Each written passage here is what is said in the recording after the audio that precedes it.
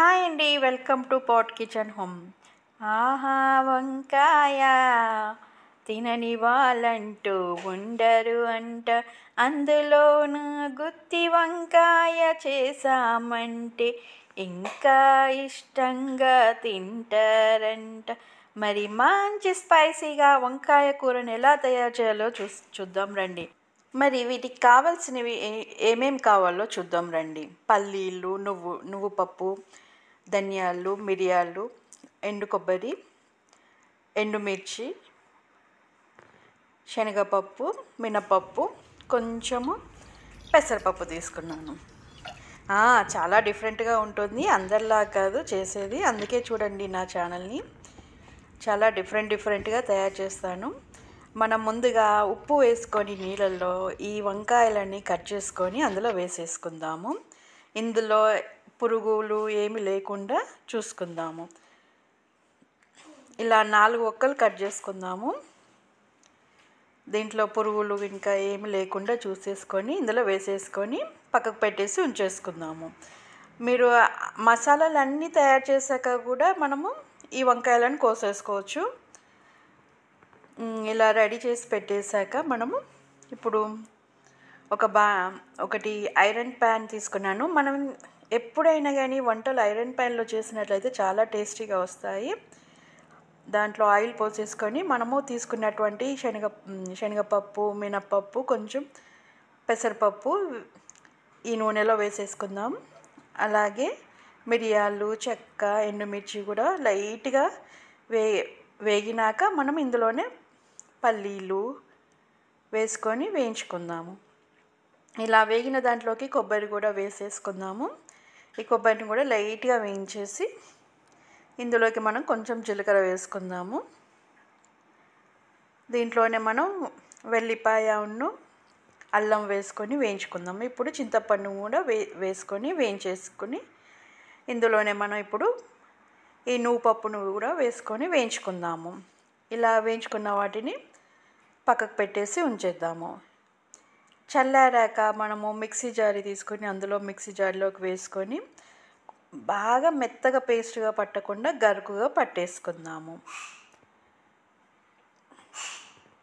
ఎందుకంటే మళ్ళీ మనం మిక్సీ పట్టాలి కాబట్టి మెత్తగా అవసరం ఏం లేదు. ఇప్పుడు మనం ఇందులోకి టమాటో వేసుకుందాం. ఒక చిన్న సైజ్ టమాటో చాలు. టమాటో, ఆనియన్, ఉప్పు, పసుపు, కారం 1.5 టేబుల్ స్పూన్ వేసాను, అంతే, ఇంకా చాలు. ఇందులో మనం కొంచెం కొత్తిమీర వేసుకొని కొన్ని వాటర్ వేసుకొని ఇప్పుడు మెత్తటి పేస్ట్ లాగా రుబ్బుకుందాం. చూడండి ఎలా ఉందో, పసుపు కలర్లో ఉంది, మొత్తం గోల్డెన్ కలర్లోకి వచ్చింది మన పేస్ట్ అంతా. ఇప్పుడు మనం వేరొక ప్యాన్ తీసుకొని అందులో జీలకర్ర, కరివేపాకు వేసి దాంట్లోనే మనము ఈ కట్ చేసుకున్నట్టు వంకాయలు ఉన్నాయి కదా, వీటిని ఒకసారి నీళ్ళలో నుంచి తీసి పక్కకు పెట్టుకొని ఉంచుకుందాం. ఎందుకంటే ఆ వాటర్ అనేది మనకి దాని మీద ఉండిపోతాయి కదా, పక్కకు తీసేసి పెట్టుకొని ఇప్పుడు ఇందులో ఈ బాణీలో వేసేసుకుందాం. వంకాయలని నీళ్ళు లేకుండా వేసుకొని మధ్య మధ్యలో ఇలా కలుపుకుంటూ ఉండాలి మనం ఈ వంకాయలను. చూడండి కొంచెం లైట్గా ఉప్పు వేసుకుందాము. ఉప్పు వేసుకుంటే కొంచెం బాగా ఈజీగా మగ్గుతుంది అన్నట్టు వంకాయ. ఇలా ఒక 2-3 సార్లు మనము కలుపుతూ ఉన్నట్లయితే వంకాయ రెడీ అయిపోయిందండి. ఇలా మగ్గాలి అన్నట్టు వంకాయ అనేది, తొందరగా మగ్గిపోతుంది వంకాయ అనేది. మనం ఎక్కువ టైం తీసుకోవాల్సిన అవసరం లేదు, ఒక 5 మినిట్స్లో. ఇప్పుడు కనుక మనము ఈ పేస్ట్ను యాడ్ చేసేసుకుందాము. బాగా మనకి ఎక్కువ వాటర్ పోయొద్దు, వాటర్ అనేది పోస్తే టేస్టీగా ఉండదు కూర. ఇలా కొంచెం లైట్గా కావాలనుకుంటే లైట్గా వాటర్ పోసుకొని అలా ఉంచేసి పెట్టేసేద్దాం.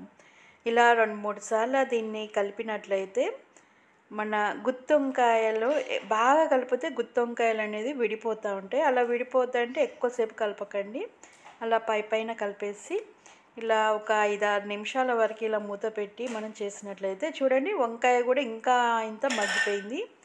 చాలా టేస్టీగా ఉంటుంది. మనం ఆల్రెడీ ఆయిల్‌లో వేయించాం కాబట్టి చాలా చాలా టేస్టీగా వస్తుంది. మరి చూడండి నూనె అనేది మనకి పైకి తేలింది కదా! ఇప్పుడు పైకి తేలినప్పుడు మనకి కూర అయిపోయినట్టే. అన్నంలోకి, చపాతీల్లోకి చాలా చాలా టేస్టీగా ఉంటుంది. మరి ఇలాంటి రుచికరమైన గుత్తి వంకాయ మసాలా కర్రీని మీరు తయారు చేసుకోండి. Thanks for